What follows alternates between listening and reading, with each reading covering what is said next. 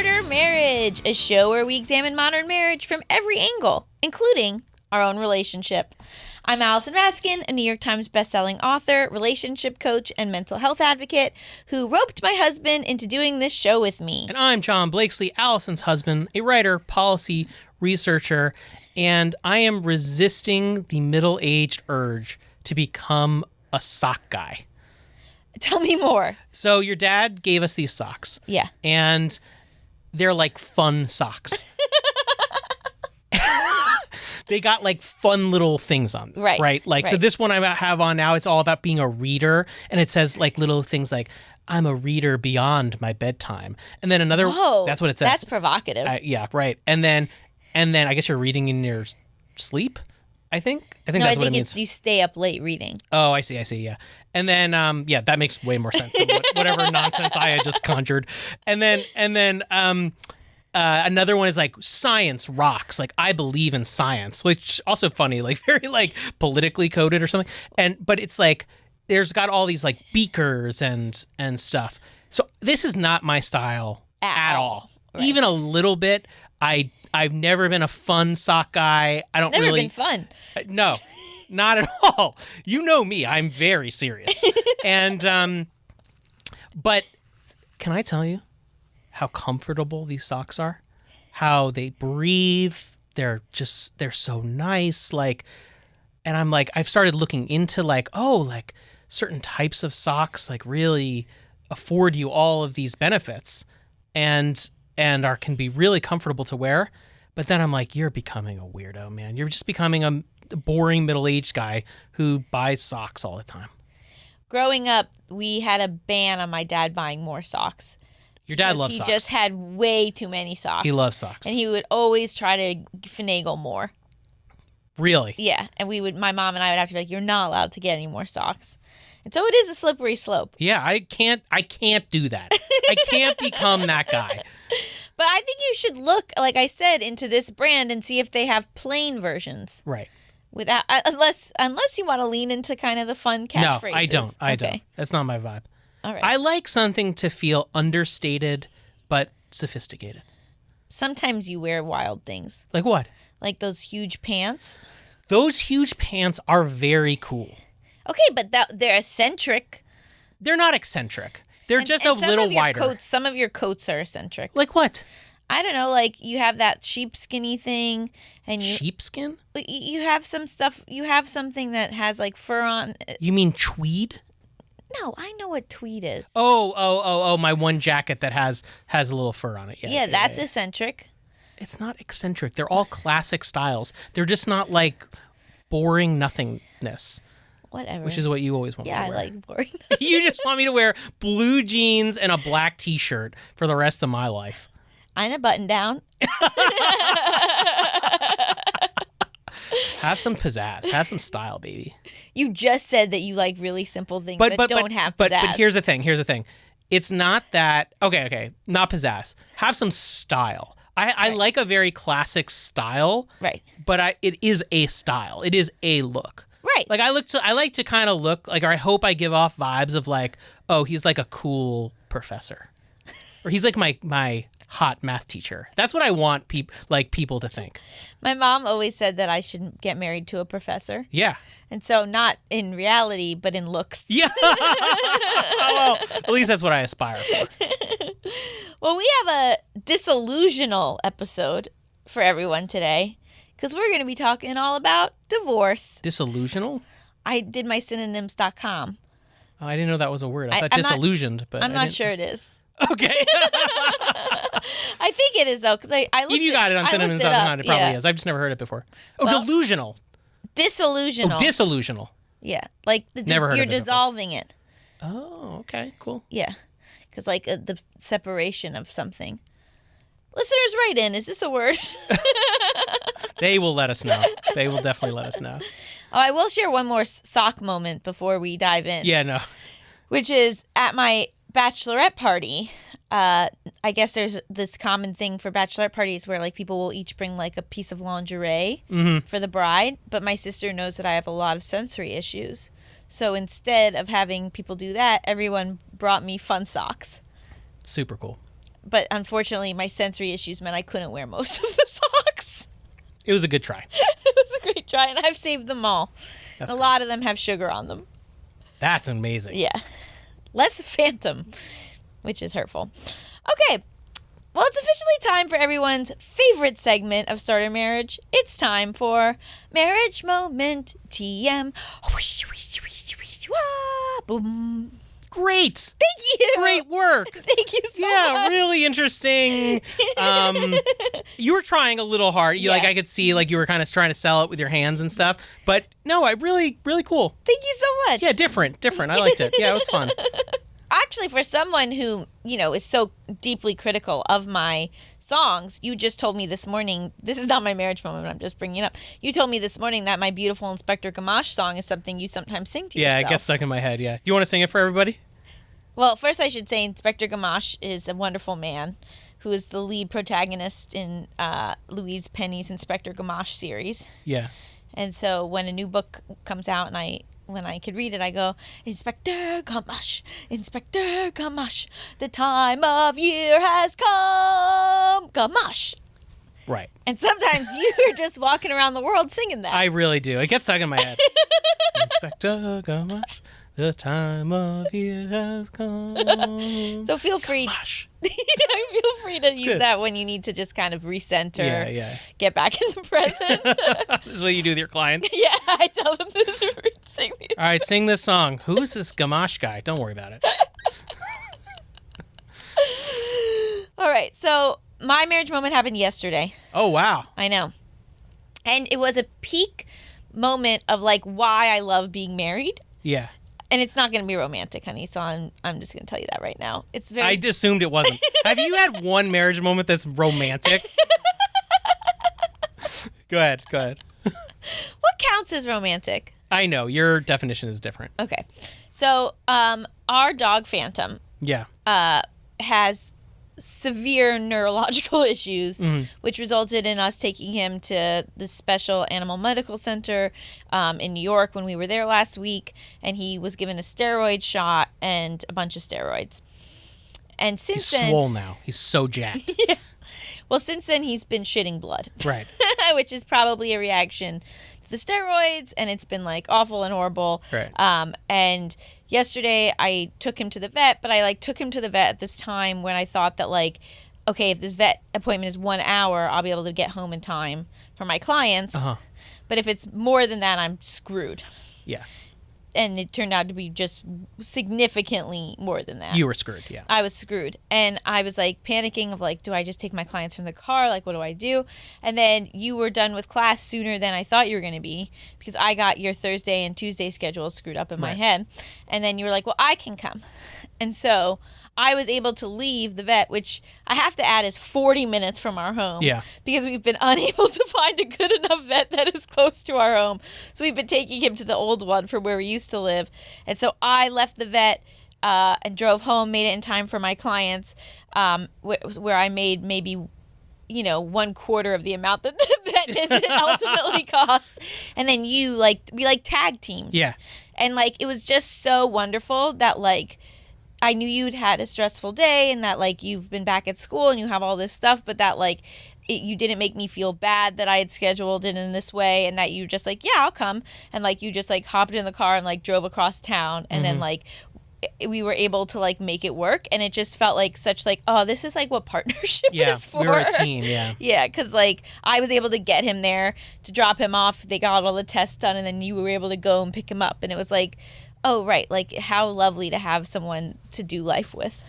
Absolutely. And I also know, teasing you about none of your things being romantic, but I know now that type of thing, doing you a favor like that, is means a lot to you. Oh, yeah. Yeah.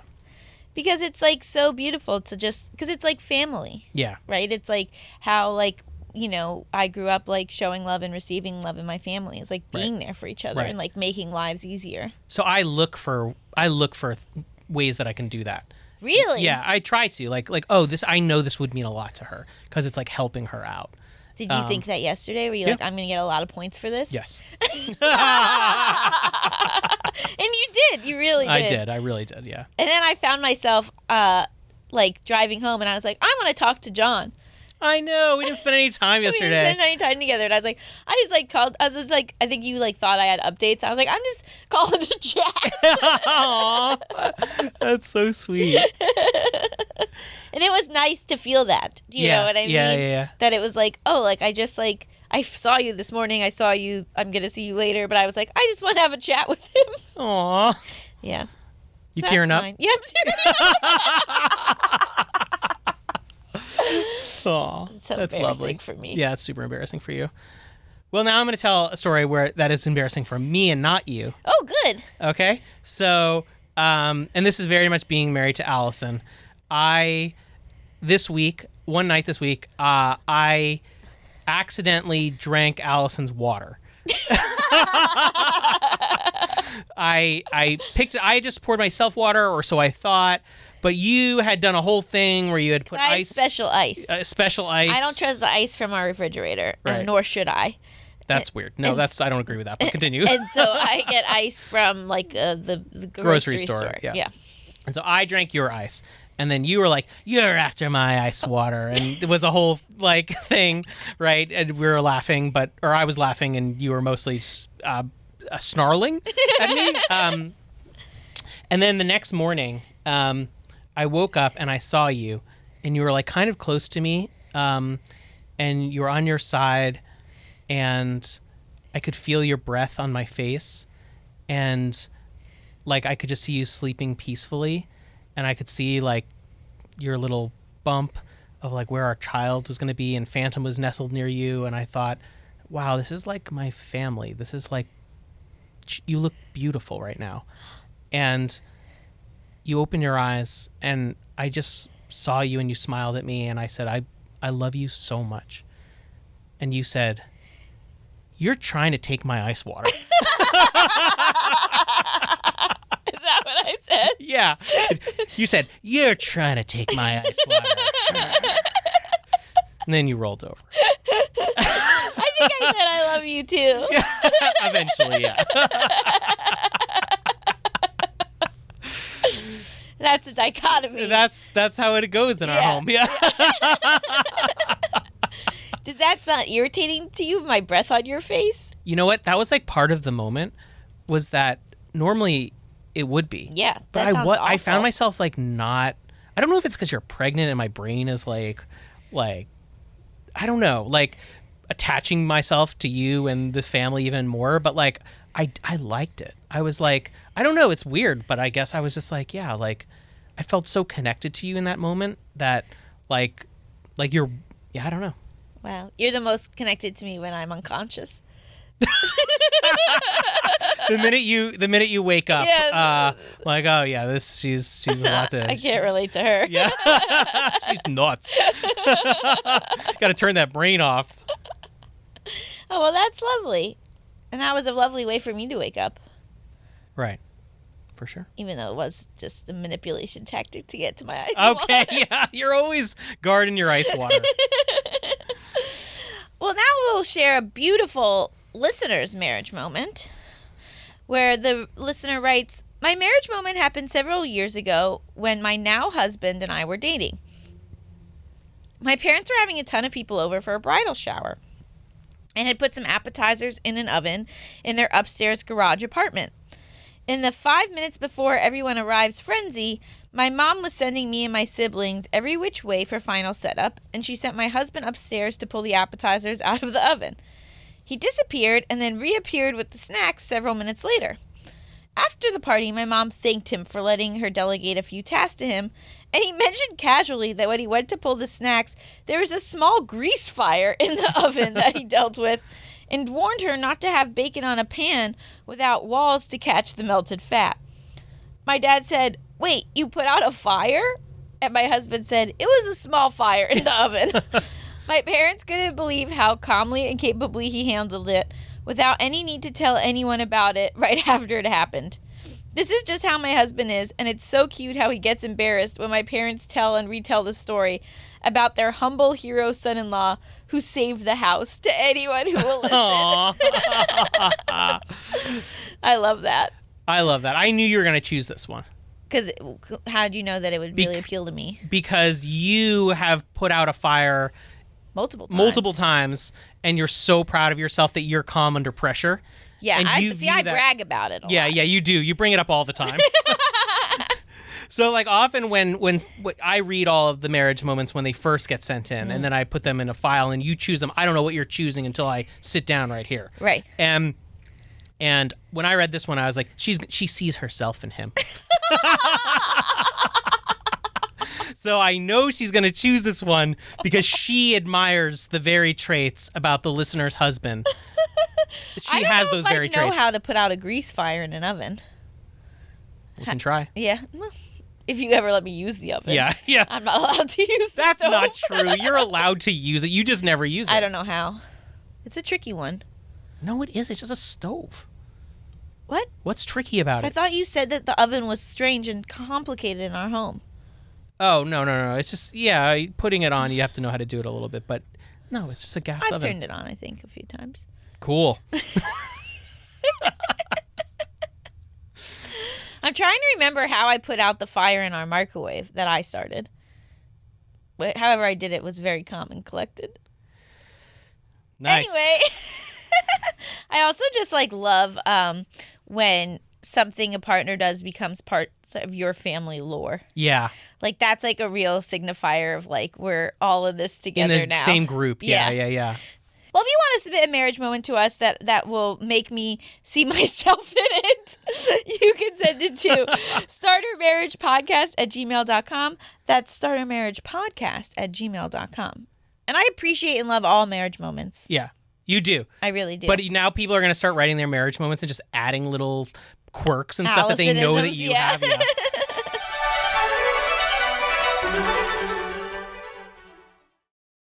Starter marriage. It's time to pop the question. This is the part of the show where we dive deep into the main topic of the episode. And this is your least favorite topic of all, divorce. Divorce. Well, for you and me. I'm not against divorce. I think people should be able to get divorced. And I like that our show is not like marriage forever and you can never get divorced. That would be weird. I just don't like the idea of thinking that we'll get divorced. How often do you think about it? Less than I used to. Oh, that's good. Yeah, but yeah, I mean, we've talked about on the show, sometimes when we get into a fight, my brain will go there of planning for it and then having to stop myself and be like, all right, John, you're planning for a situation that is very unlikely to happen. But of course it's a possibility for us at some point. Yeah, I mean, I'm curious, what would be grounds for divorce for you? I think an extended affair. Yeah. Might be grounds for divorce. One time, a little liaison. Yeah. I could probably get past, but some people have years long affair. Right. It's wild. So we had a funny conversation when we were in New York last week where I was explaining to my dad's partner, Margot, that someone we know's husband had had an affair with their nanny. And Margot was like, why do they always have affairs with the nanny? And she was like, make sure that you don't get a really good looking nanny.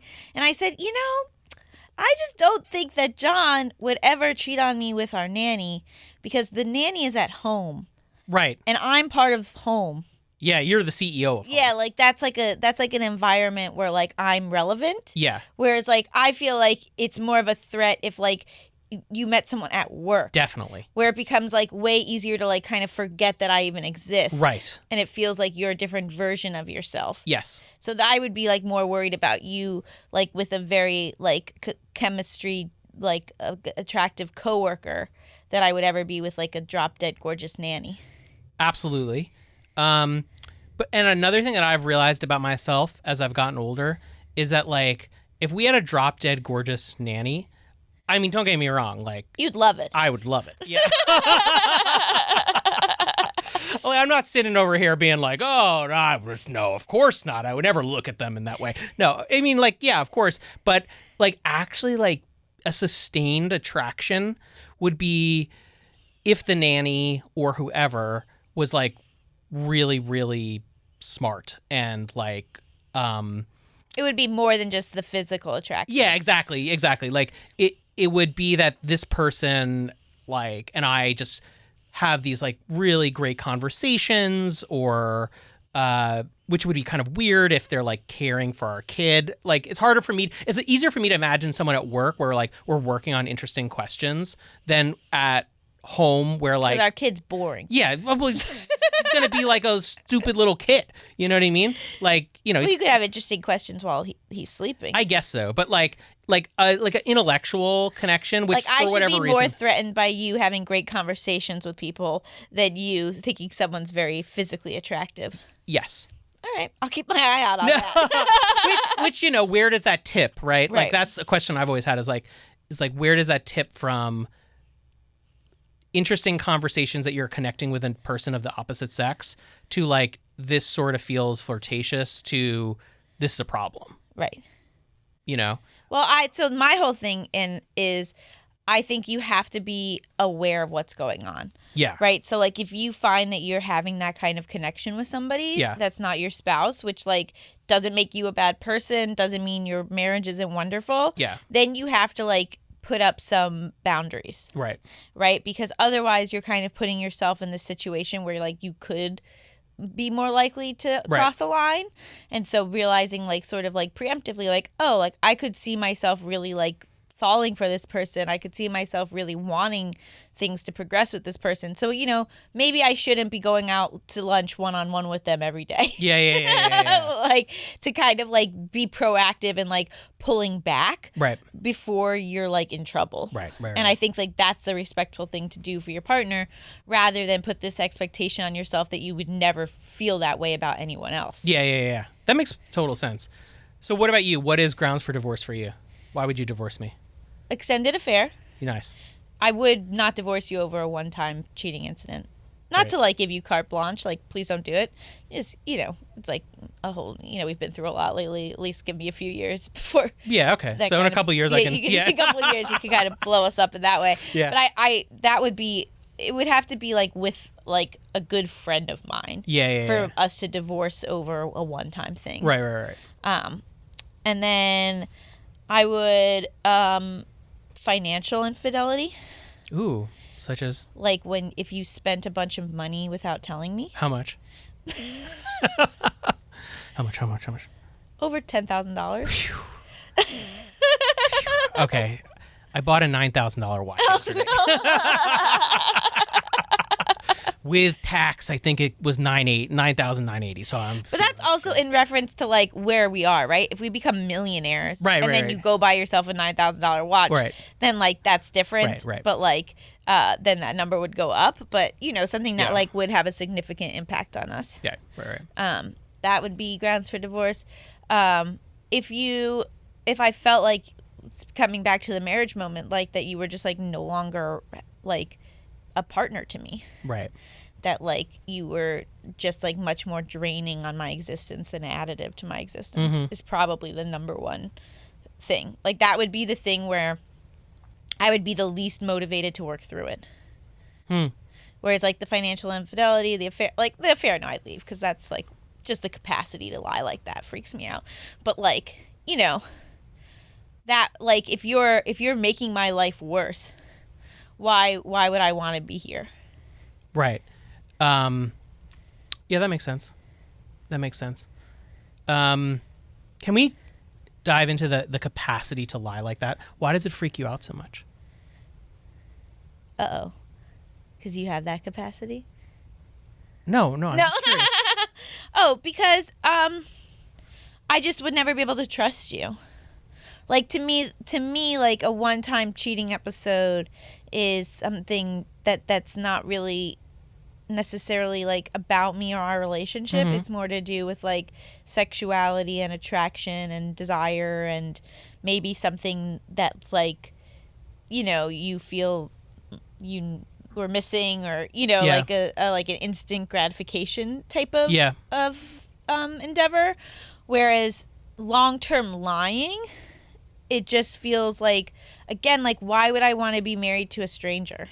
And it's like the present tense that this person has been living another life while I've been in their presence. So that's probably, extending that beyond cheating, right, to any kind of long-term deception would be probably grounds for divorce for me. Because, again, it's like one of the main values of our relationship is, like, feeling like I know you. Yeah. And feeling like I can rely on you, and that, like, the person you're presenting yourself to be is, like, who you are.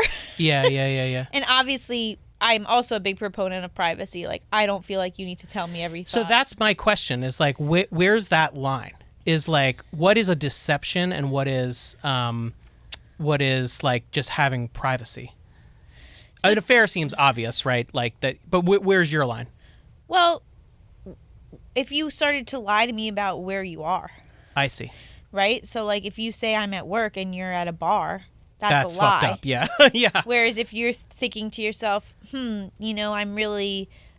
having some doubts about the marriage, but I'm going to work through them on my own with my therapist. Right. That's privacy. I see. So it's not like you demand, like, total divulgence of your thoughts or whatever. But, like, if you're lying about, like, your location or what you're doing, that feels like a deception. Right. Or if, like, you go out to dinner with Josh and I say, like, what'd you guys talk about? And you're like, we talked a lot about baseball, but really you also talked a lot about, like, something you weren't feeling comfortable talking to me about. Oh. That's fine. Oh, okay. I thought you were going to say that's wrong. I was going to push back on that. No. But, okay. Because, again, that's, like, your internal world. Right. But, like, the details of, like, where you were are pertinent. Right. Are not, like, twisted or a lie. Right. You're not, like, you weren't actually at dinner with someone else. Yeah. That type of lying I have a very hard time ever imagine doing to you. Like, saying, like, I was here when unless I was, like, planning something for you. Yeah. But yeah, but you're right, because I just want to make sure that's clear, because I think sometimes, like, especially if you have like anxiety, OCD, or depression, sometimes you can start to view these things in, like, very black and white, and you'll be like, well, like, I have to divulge everything, or otherwise I'm being a bad person. And that's something I had to work through, is, like, what am I not allowed to, like, what am I entitled to keep to myself sometimes, and what should I be telling you, because I know this is a trigger for you. So it's something I've always, like, thought about. Where have you kind of fallen? Anything that's, like, pertinent to our marriage needs to be, like, talked about. So, like, yeah, if I'm, like, somewhere, if I'm lying to you about my whereabouts, like, I don't even know why I would do that, but yeah, if it's, like, pertinent to, like, our relationship, and then it needs to be divulged, and everything else is just if I'm comfortable and I want to talk about certain things. Yeah. Do you find yourself not wanting to talk about a lot of stuff with me? Sometimes, but less through the years. Like, it's become more and more open, but I've always had a thing where it's like, for years I'd think to myself, I never regret not telling someone something. I only have ever regretted telling someone something, and then, like, gotten the backlash for it. And whether it be anger or just, like, embarrassment, or, like, we broke up and, like, now this person, like, has this juicy, story about me or something. Like, I mean, who the heck knows? I'm, like, writing all my juiciest stories and secrets on Substack now, but I don't really know what I have left. But yeah, like, one thing about marriage of being like, oh, well, we're going to last no matter what, which is not true.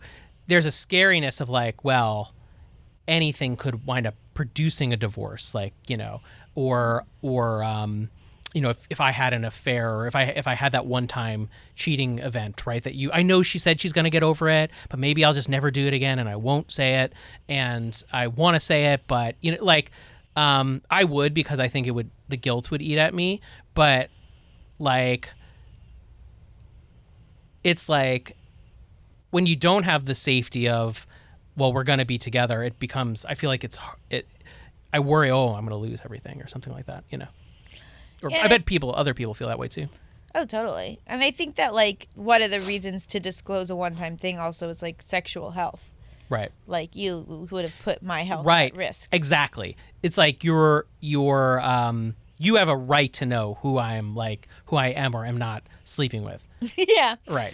And so I'm glad you agree about that. It is also interesting because, like, my past as a CIA officer, like, I do have the capacity to like compartmentalize. Yes, you're very good at compartmentalizing. And so it is a weird thing to be in a relationship with someone who's so triggered by the very thing that you know that you can do. Because some people I don't think lie to their partners much more frequently. Really? My parents lie to each other all the time. My mom lied to my dad all the time. Yeah. Always hiding things that she bought from the store. Had little secrets with my sister, like, that dad didn't know about. Like, so, and I can tell, like, when we interact with other couples, like, yeah, people have secrets. And I feel like we don't have many secrets. I'm sure there are some, but, and that's okay. I think that's okay. But anyway, but I wonder what it would be for me. I'll just say my parents did not. Like, when I found out when I was a freshman in college that I had chlamydia and I told my mom was like, I gotta tell your dad. Wow. And it's like, why? Right. Like, looking back, it's like why did you have to tell dad that? Right. But I think because between them they've told each other, like, all the big stuff. Right. And so I was like, okay. And so, I mean, my dad ended up being wonderful about it, and I made a short film called The Clap out of the It is whole a good experience. movie. Check it out on YouTube. Yeah, it's great. But, like, that was, like, at the time, and still it was always like, oh, that's so interesting that she was like, I have to tell your father. And it wasn't to get me in trouble. Yeah. It was, and I wasn't in trouble, but it was just, like, to have, like, that openness between all of us rather than feeling like we knew something he didn't know. You think that was a good thing?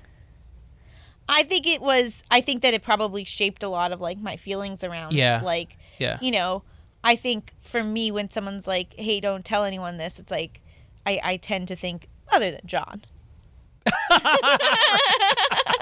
Like, unless someone is explicitly like, don't tell John. Like, to me, like, there's a partner privilege where, like, I'm probably going to tell you stuff. To be clear, not your clients, though. That's that's a professional thing. Right. Yeah. But yes. Anyway, I think it'd be funny if every session my clients were like, please don't tell John this. But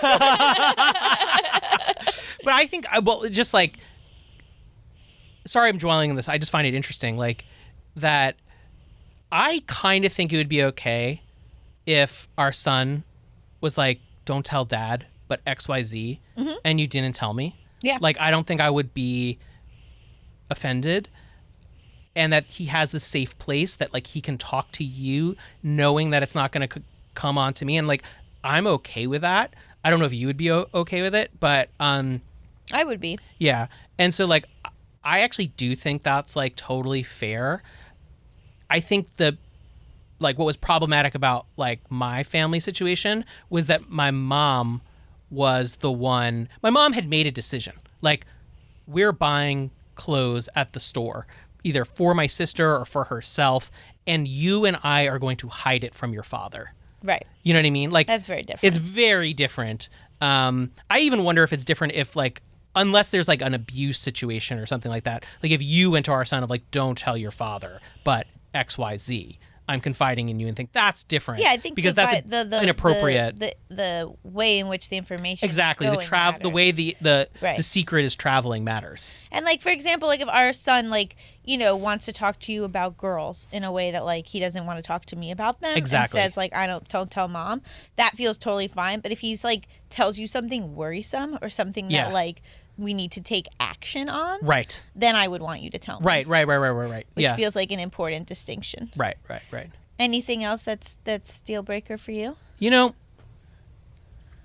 only thing I can think about is if, like, your OCD got to the point where it was messing up our son's life. Yeah. Or, like, severely, like, impacting his view of the world. Right. And so I would feel like a duty to him to protect him. And so that would be a painful thing because it would be like, I don't really want to do this, but I feel like I have to like get the child out of the situation or like, you know, but there would be like so many steps along the way. It wouldn't be like, I think that's another thing that's like nice about marriage and like the process of divorce being a process is that like we would be like going to therapy. Like I'd probably like ask you to do like exposure therapy and I would be like talking with him we would be talking with him directly about the situation. It wouldn't just be like, yeah, I'm out one day, you know? Mm-hmm. Well, speaking of the process of divorce, I have all these fun facts about it. Yeah, can you hit me up with some fun facts? Well, I think one of the things that fundamentally changed how marriage works in this country is the introduction of the Family Law Act of 1969, which is where California first allowed no-fault divorce. And I think that no-fault divorce is one of the only reasons it's safe to get married. Yeah. Like, because in the past you had to have like this like real reason to break up a marriage and like prove it probably. Like being unhappy wasn't good enough. Yeah. And that's like why you had so many people trapped in these like horrible partnerships. And especially when you're getting married in like your early 20s and you barely know this person or they change. And yeah, so like I'm talking about the safety within a marriage, but you're right. Like you also need safety that you can leave this situation. Yeah. But this is fascinating. So California, shout out to our state, was Best the first to introduce in 1969. Guess when the last state introduced it? I don't know. 2010. What? And it was New York. How weird. Isn't that bizarre? Boo. New York didn't have no-fault divorce until 2010. Really? Yeah, because I think there was like pushback around it, around like that it would be. I think I read like that like women advocates were like against it because it could potentially like screw, like women could just be like financially. Oh, like men could just be like, I'm gonna ditch her for like some maybe or something, and then like some other reasons. But yeah, that was like shocking to me. Oh, really? That's really interesting. I know. One thing I think about all the time that we talked about on a previous episode is that we just have higher standards now for marriage. Yeah. That like we expect more of marriage so that when someone cheats or whatever and like we get so angry about it, it's like part of it is because we expect your spouse to be faithful in a way that like maybe back in the day was like the business trip or whatever. Right. There's like a little bit of marriage was less like there was less expected of marriage. And like even us talking about like divulging secrets and telling where your whereabouts are, like I'm not sure that was always No way. like, you know, and it's like it's our conversation and our values are very much reflective of like a marriage between two people in the 2020s who got married later in life and are like really consciously choosing each other for like reasons of wanting to be best friends and wanting to be open and, you know. Yeah, I mean, because it's now, like we say, it's a choice, right? And so, like, why would you choose something where the standards are super low? Right. Or, like, you would expect the worst from your spouse and just take it. Right. And that's also, like, why the no-fault divorce thing is so important. Because it means that, like, yeah, you can't just, like, willy-nilly treat your spouse terribly and then expect that they'll stick around because they, like, can't leave. Right. I also, something I wonder about is, like, and I wrote a little about this in I think, which is, I almost wonder if it is like more acceptable in society to be divorced than to be never married. Yeah, I think that's true. Right? Because it's like, oh, someone gave you that shot. I think that's true. Especially as you get a little older. Right. Like if you meet a 50-year-old and they've never been married versus they've been divorced. Right. Whereas like it used to be that divorce was like such a big stigma. Yeah. That it was like the worst thing that could happen to you. And it's still so devastating and financially and emotionally, you know, painful. But there's some element to like, oh, but they tried to do it right. Right. They did follow the steps. Right. Which is like where if someone's never been married, there's this sense of like, well, what's wrong with them? Absolutely. Absolutely. And I'll admit that's a bias I felt sometimes. Really? I've been like, oh, they've never been married. Like, what's going on there? Unless, you know, some people, it's obvious. It's like, they're just like, they have a lifestyle that they don't want to get married. It's not of interest to them. But yes, I have, and this is a little bit in conflict with me being like, we could get married, we don't have to get married, like whatever, man, which I genuinely felt about myself. But yeah, like sometimes, like, Do you think that... I feel it more towards men than women. Interesting. I never really, I don't think about it towards women so much. I'm not really sure. Maybe I'm like harder on men, or like I feel like most men like want to get married. Like marriage is much more beneficial for men at some point. And so when it's like they never did it, I have questions about that, or I make certain assumptions about them sometimes. And even since it's not doing fair. This show. What I'm describing is a bias that I have. And so I'm not saying that it is like rational or correct. No, but I'm wondering, like has the bias gone down since we've started the show and started like talking about marriage from different like angles? being like single at heart. Like some people just want that. But yeah, I don't know why. Maybe listeners can explain why I'm so fucked up. But why I hold it, or why the bias is stronger for men than it is for women. I think it's often because it feels like it's just maybe easier to get married if you're a man. Yeah. Like, and it will be more beneficial to you. So then it's like, well, why didn't you give it a shot? Yeah. But like, obviously that's not true. Like, right. Like, I think that like my biggest takeaway from all my research into marriage these last few years is like, you really don't need it. Right. Like, it's so wonderful. It's so beautiful. And it was absolutely the right choice for us. But it's like so not necessary. Yeah, 100%. And so I think that that's probably changed a lot of my biases. And also that like it's hard. It's hard to find someone that you're compatible enough with to do that. Right. And then if you have associations with marriage that aren't positive, like why would you push through that? Right. But so this is one of the most interesting statistics that people talk about when it comes to divorce is that 70% of divorces are initiated by women in heterosexual couples. Wow, 70%? And if it's among college-educated women, it's 90. Whoa. This is from a study in 2015. Is there a leading cause of divorce? I don't know. Probably no fault, right? No fault, so, right. We don't know the real reason. But yeah, this is from a 2015 research study, but women are the ones who initiate divorce in heterosexual couples by far. Wow. And it's because I think marriage is often much more beneficial to men. Interesting. And so women are like taking on this emotional burden, and they're having to like baby their husbands, and like it adds like more work to their lives to be married. Yeah. Whereas for men, it's like, oh, great, I have this housekeeper, this person who's making sure I go to the doctor, this person who's taking care of the home. Like my life's way easier because of this. And there's probably like years of simmering resentment that build up. Oh, yeah. Yeah. And so that's like a fascinating thing to keep in mind when I think you're picking a partner. Right. Is, like I said earlier, like, are they making your life easier or harder? Some other fun statistics is the divorce rate's been going down. Right. Despite, like, I feel like the propaganda of the right wing being like, we're losing our values. It's like, actually, the divorce rate's gone down. And it's the divorce rate in 2021 was significantly down from earlier years, which people say is attributed to changing social norms, and increase in the age at which people first married, and better relationship education. So, like, people are just having stronger marriages because they're picking their marriages later, and so they're less likely to get divorced. Whereas, like, the boomer generation is the most divorced. Yeah. But in a shocking, or perhaps not shocking twist at all, the rate for second marriages is between 60 and 67% compared to 40 to 50 for first marriages.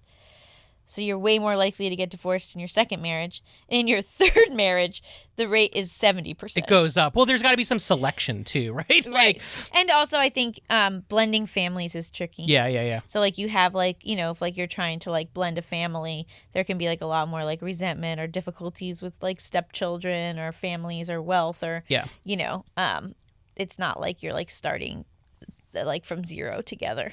Right. But I do, you know, people will do it. People will get married 3-4 times. I would never do that. You would just be... Yeah, I mean, at this point, you probably still would get married again, right? If you died tomorrow? Yeah. Yeah. But if I was like 50 and up, probably no. Interesting. What about you? Yeah, I don't know if I would. Maybe 60 and up. I would just say no. Oh, so you would get married Maybe up to 60. No, maybe up to like 55. Like if I was like, okay, I could like plausibly spend like the next like 30 years with this person. Right. I could see it. But yeah, at a certain point it's like, for me, so much of marriage was about having a kid. Yeah.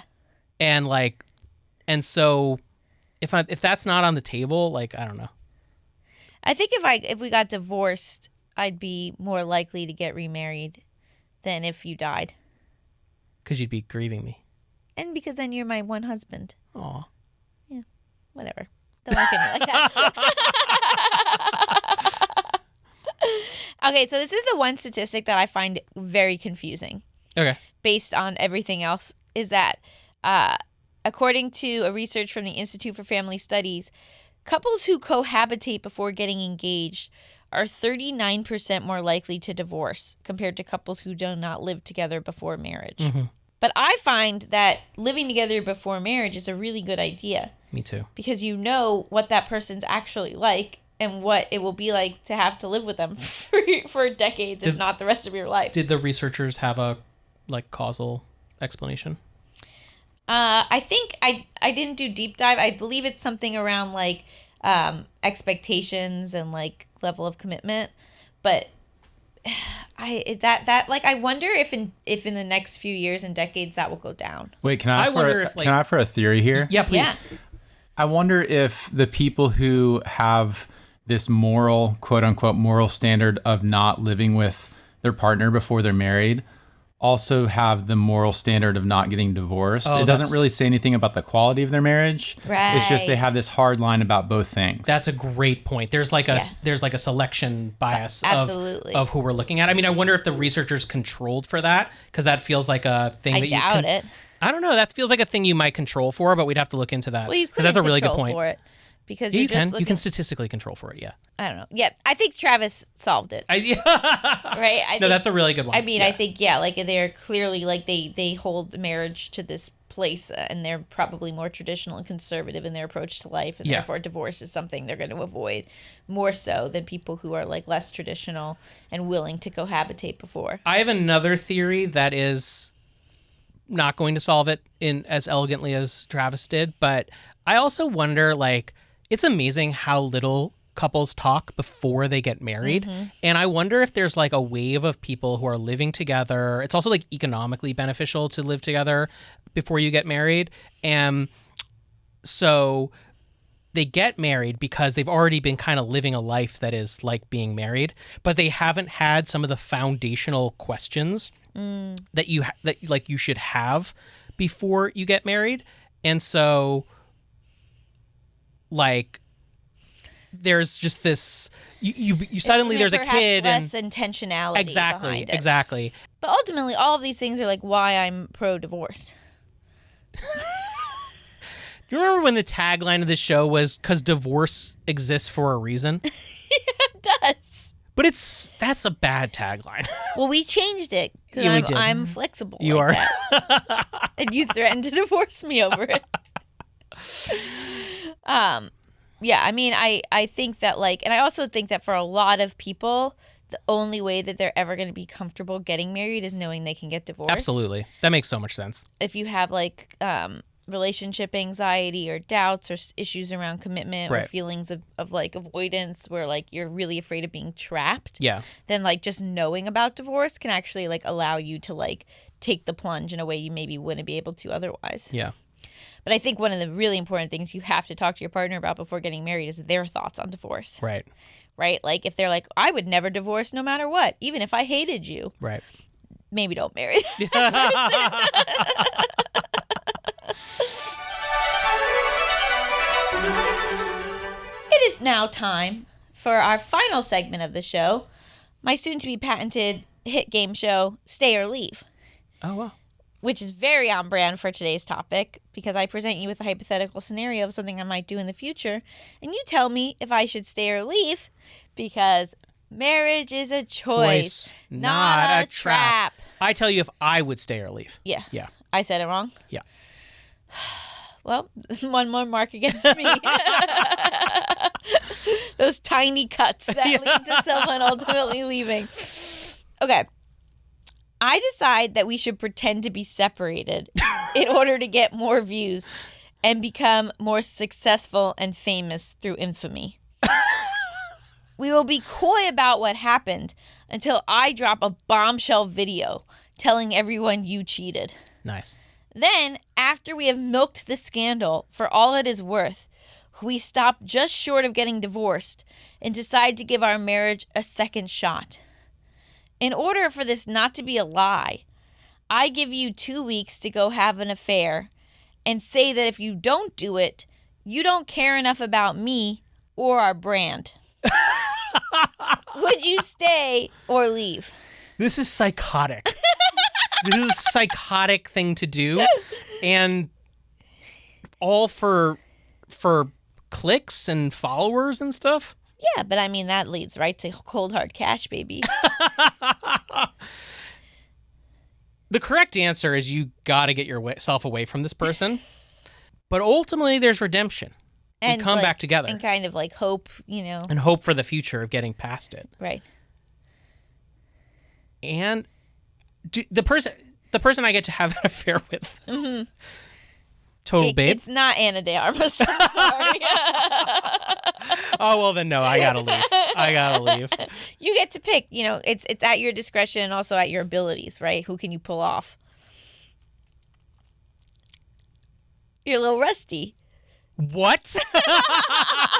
Leave. I'm leaving and just gonna go have my fun with someone who will appreciate me in between her photo shoots. Okay. I think you could pick someone up pretty easy. You're very charming. Thank you. Yeah. Me walking around pregnant right now, less of a shot. Well, we did it, folks. We made it through another full episode of Starter Marriage, which you can watch on video. Yeah. At youtube.com/justbetweenus. And if you want to read more, why don't you check out our Substacks? You can check out Allison's Substack, Emotional Support Lady, where she writes about mental health and relationships. And John's incredible Substack, Wrong Man for the Job, where he writes about Ana de Armas. It's all Ana de Armas fan fiction. No, it's me and her. It's beautiful writing about masculinity and family estrangement. And if you want to submit your marriage moment, you can send us an email to startermarriagepodcast@gmail.com. That's startermarriagepodcast@gmail.com.